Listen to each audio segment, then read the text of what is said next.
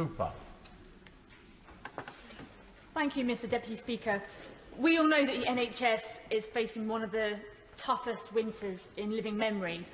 Not only is COVID a very real threat, but we are also facing a potentially very tough flu season as well. Liberal Democrats will be supporting the SIs on face coverings and self-isolation. But let's be clear, when it comes to masks, the government should never have scrapped the use of masks on the 19th of July earlier this year. The government's obsession for removing all precautions in one go had far more to do with party management than it did with public health. We have all made tough sacrifices throughout this pandemic, and asking people to wear masks on public transport would have been a very small ask with a very large payoff.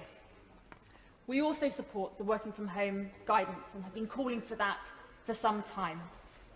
Now, today we are discussing the Plan B protections to reduce the spread of this disease. But there have been rumours overnight that the government is also working on a possible Plan C. It's also been reported that the UK Health and Security Agency has privately advised the government that, and I quote, stringent national measures will need to be imposed by the 18th of December. That's in just 4 days' time. This drip of information is causing huge uncertainty and anxiety. We need clarity, and we need it now. The British public are haunted by Christmas past. We know that that last-minute U-turn meant that many people ended up spending Christmas on their own. And with just days to go, we need the government to come clean and tell us what Omicron means for Christmas this year. We, in the Liberal Democrats, welcome the ambition of 1 million jabs per day. And we sincerely hope that it makes up for the complacency around the booster scheme over the last few months. But the way in which that target was announced, no scrutiny, no details, it was a real insult to all those who were left to scramble on Monday morning to pull a plan together. The idea that NHS staff, GPs and their staff, local authorities, the military, the idea that none of them have been given any prior warning of that announcement is extraordinary. It highlights the government's complete lack of planning. And those people who we are now asking to vaccinate millions, the idea that they were an afterthought is shocking. But here we are, and as always, our NHS, the GPs, their staff, local authorities, military and volunteers are stepping up, and as a country we are grateful.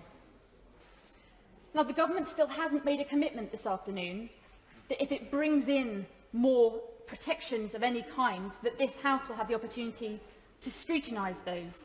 So there's a few points I want to get on the record right now.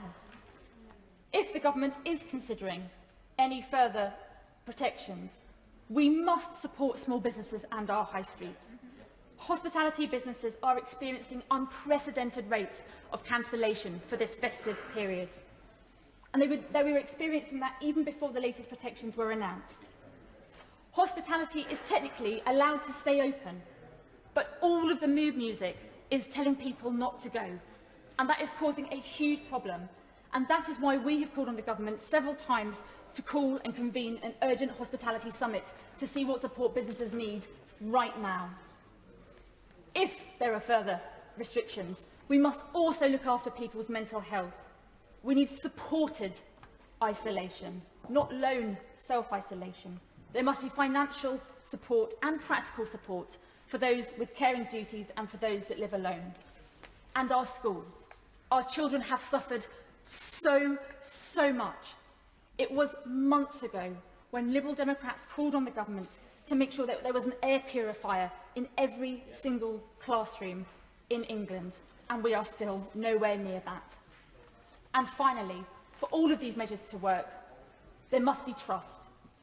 There has to be trust in the government. And with that in mind, what we need now from the Prime Minister and his Cabinet is the truth.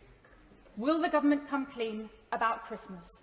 Or will we see another last-minute U-turn that ruins the Christmas holiday and which is too late to alleviate pressure on the NHS? I sincerely hope that it's the first. Merriman.